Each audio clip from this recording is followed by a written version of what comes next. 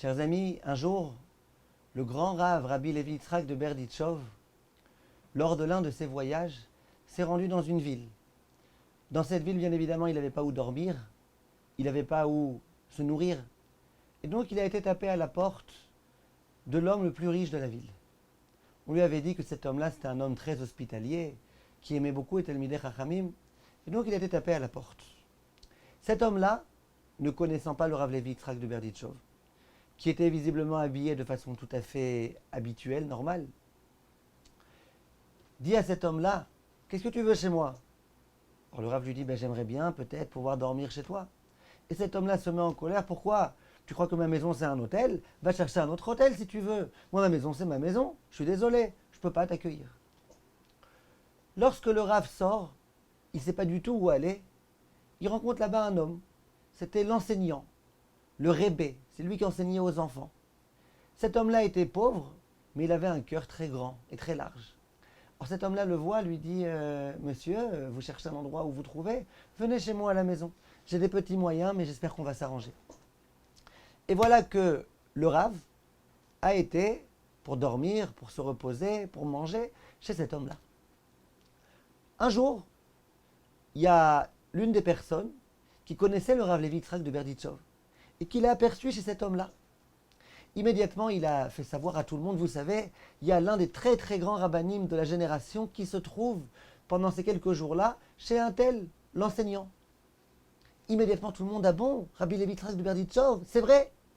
Tout le monde se regroupe autour de cette maison pour pouvoir rentrer, pour pouvoir voir ce Rav, pour pouvoir demander des conseils, pour obtenir une bénédiction. Et voilà comment cet inconnu-là, d'un coup, il se voit surchargé avec des masses de monde qui viennent et qui essayent de recevoir sa bracha. Voilà que parmi ces hommes-là, il y avait le plus riche de la ville, l'Aziz. Ce fameux-là, qui juste avant a refusé de recevoir le Rav.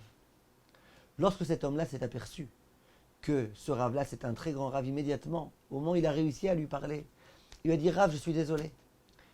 Je suis désolé. Hier, je vous ai jeté comme ça, parce que bon, je pensais que vous étiez un homme comme ci et comme ça. Je ne pensais pas que vous étiez un Rav. Mais sachez, la coutume, c'est qu'à chaque fois qu'il y a un grand Rav qui arrive dans notre ville, eh ben, c'est moi qui l'accueille et je me fais un plaisir de l'accueillir. Vous, je pensais comme ça que vous étiez un homme, je ne savais pas exactement qui. C'est pour ça que je vous ai dit ça, je suis complètement désolé. Mais dorénavant, venez. Venez les quelques jours que vous avez dans cette ville, venez chez moi, vous allez voir comment vous allez être bien accueillis. À ce moment-là, le Rav s'adresse à lui et il lui dit, écoute, d'abord merci de bien vouloir m'inviter, mais écoute-moi bien. On dit de Avraham Avinu que c'était un homme qui était extrêmement hospitalier. Mais on dit à propos de Lot aussi qu'il était hospitalier. Et que quand il y a les anges qui sont venus, et bien Lot il leur a donné à manger et à boire. Alors quelle différence finalement entre Lot et entre Avraham ? Je vais t'expliquer c'est quoi la différence. C'est que dans le passage qui est écrit à propos de Lot, que les personnes qui sont arrivées, c'était des anges. Malachim Sedoma. Il y a des anges qui sont arrivés à Sodome.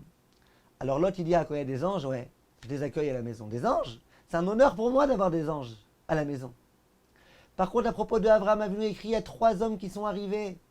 Et ces hommes-là, va dire la Gemara dans Masechet Kiddushin, c'était qui ces hommes ? Il avait l'impression que c'était des Arabes. Il pensait même pas que c'était des hommes qui étaient des frères à lui. Il pensait que c'était des Arabes. Des gens qui étaient en chemin. Des gens qui devaient être tout sales, de la difficulté du chemin, tout poussiéreux, tout boueux. C'est ces hommes-là que Avraham a accepté de recevoir chez lui. Et bien c'est ça la différence entre Avraham et Lot. Celui qui est prêt à recevoir chez lui que des anges, que des grands rabbanim, que des je sais pas quoi, c'est pas ça le vrai Baal Chesed. Nous, ce qui nous est demandé, c'est d'apprendre de Avraham Avinu. Et bien cet enseignant-là, qui ne me connaissant pas, a voulu m'inviter, alors que j'étais habillé de façon pas particulièrement honorable. Et bien lui, il a appris de Avraham Avinu. Et tu penses maintenant que j'ai été tellement bien accueilli par un descendant de Avraham Avinu que je vais refuser d'aller chez lui pour aller chez toi ? Non, sûrement pas. Je reste chez lui. Apprenons, mes chers amis, de Avraham Avinu. La Achansa Tochim, c'est une mitzvah inconditionnelle. Si je pose mes conditions, je veux bien un tel si ceci, un tel si cela. Non, c'est pas ça, Achansa Tochim. Et l'exemple que Avraham Avinu va nous donner dans la parasha de Vayera, c'est un exemple qui doit nous accompagner toujours. Kol tov, mes chers amis, et à bientôt.